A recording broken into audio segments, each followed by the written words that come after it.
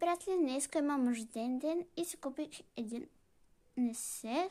Той е на еднорог и е много хубав. Той е от оранж. И сега ще покажа какво има в него. Има един химикал на лама, който пише синьо. Към втория химикал.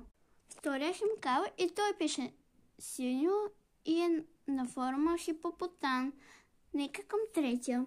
Купих си един такъв на еднорог. Той пише също розово. Нека сега към четвъртия. Ето го и туркоазения химикал. Той е на палум. Сега към петия химикал да продължаваме. Ето го петия. От ето тази страна пише розова, а от ето тази синьо. И нека към лепилото. Ето го лепилото. То е розово и блестящо. Сега към несера. Ето го несера и мисля всичко заедно да сложа. Ето сложих всичко.